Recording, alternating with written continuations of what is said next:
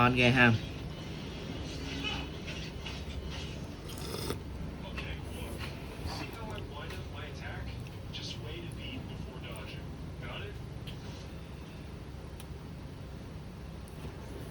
Những cách làm mực này thực sự thất truyền theo sự suy tàn của Lạc gia.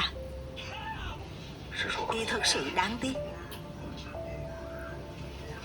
Nhưng cháu ra biết cô cả đời yêu thích nghề mực, cũng là truyền nhân duy nhất của Lạc gia trên thế gian này. Cháu ra có một yêu cầu quá đáng. Con muốn xây dựng lại mực Lạc. Không cần phô trương, cũng không cần mặt tiền lớn. Cháu trai chỉ muốn cùng cô chuyên tâm học làm mực. Ngon ghê. Để chuộc lại tội lỗi của Lạc gia chúng ta trước đây.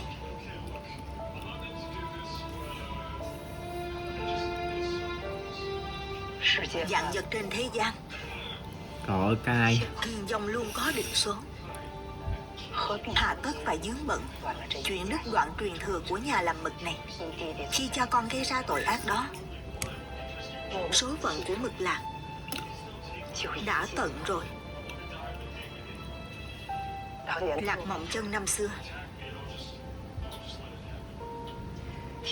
cũng đã chết từ lâu trong trận hỏa hoạn đó rồi. Con hà tất phải cưỡng cầu. Giang Khiêm từ nhỏ nhìn thấy cha, cô Ngon không em? và đại ca một lòng nghiên cứu cách làm mực. Chỉ là nghĩ đến cách làm của mực Lạc sắp thất truyền nên thấy buồn thôi.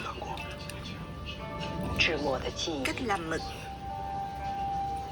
là để cho người dùng. Chỉ cần có người vẫn đang dùng, đang nghiên cứu, đang đổi mới, cách làm mực của Lạc gia sẽ không thất truyền. Trước đây Lạc gia hổ thẹn với Lý gia. Hiện nay Lý gia đang đấu mực với Hắc Điền gia, gánh vác trách nhiệm và kỳ vọng của toàn bộ nghề mực Quy Châu. Cái này là bản thảo và cách làm mực của Lạc gia. Mấy năm nay cô đã ghi lại. Con cầm lấy, giao cho Trinh cô nương. Ít nhiều cũng giúp Lý gia một phần sức lực. Đây mới là cách chuộc tội của Lạc gia ta. Từ nay về sau, mực Lạc sẽ hòa vào trong mực Lý. Chỉ cần mực Lý còn, mực Lạc sẽ không biến mất. Đây là cách làm mực của Lạc gia chúng ta sao? Ghi chép về cách làm mực Lạc thì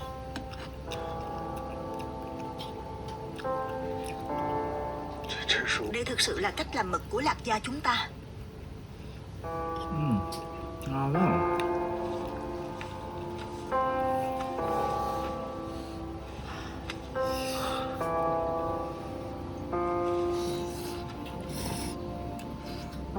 Giang Khiêm thay mặt Trinh nương đa tạ cô. Giang Khiêm, Trinh cô nương là một đứa trẻ ngoan. Cô biết con thích con bé. Nhưng theo ta thấy, hai đứa cuối cùng cũng là có duyên không phận. Mấy chục năm trước, cô cũng giống như con bé, một bầu nhiệt huyết tràn đầy hy vọng. Chỉ là sau này đều thành công cốc.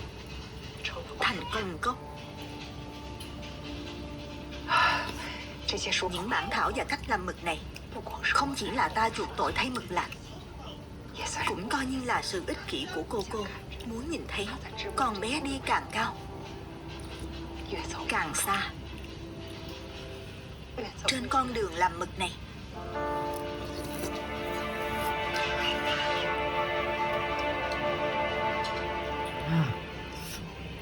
Trời ơi. Từ đường Lạc Thiện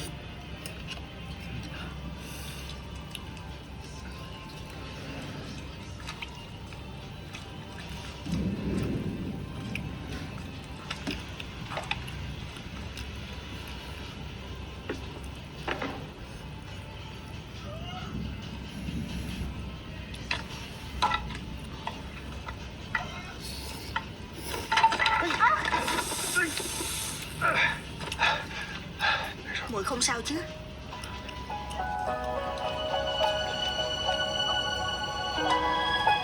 Bị bỏng rồi. Ta không sao.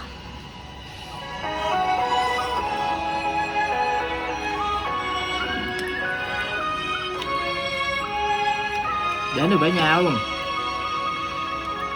Sẽ đến được với nhau. Không được, chỗ này của huynh vẫn còn đỏ đây này. Huynh đợi đấy, ta đi lấy thuốc cho.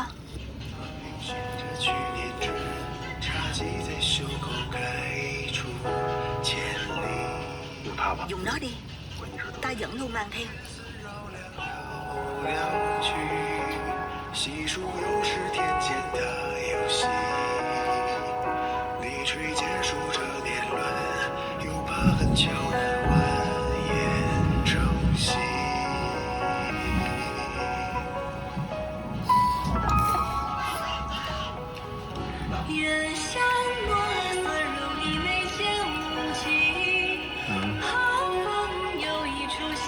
Ngon quá.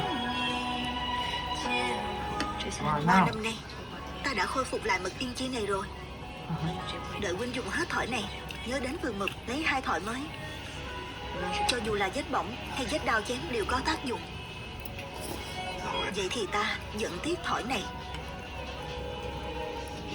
Những thỏi mực muội làm ra đều không bằng thỏi này.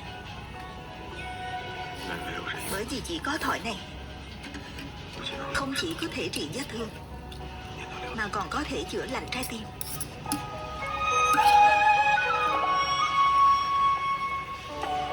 Trời ơi, cái vị kim chi nó hòa quyện.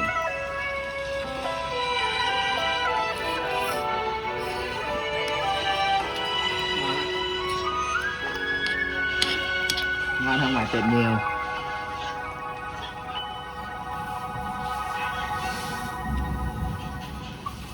Mà đảm bảo nữa. Sao hôm nay huynh lại đột nhiên đến đây? Mình có tiền á. Ừ? Mình có tiền thì mình mua tôm mực cá. Mà cái tô này Đây 100 là cách ngàn làm luôn. mực Không? của Lạc gia chúng ta. Không, tính nhau bán con này khoảng Cô bảo ta đưa cho muội. 40.000 ok. Có lẽ có thể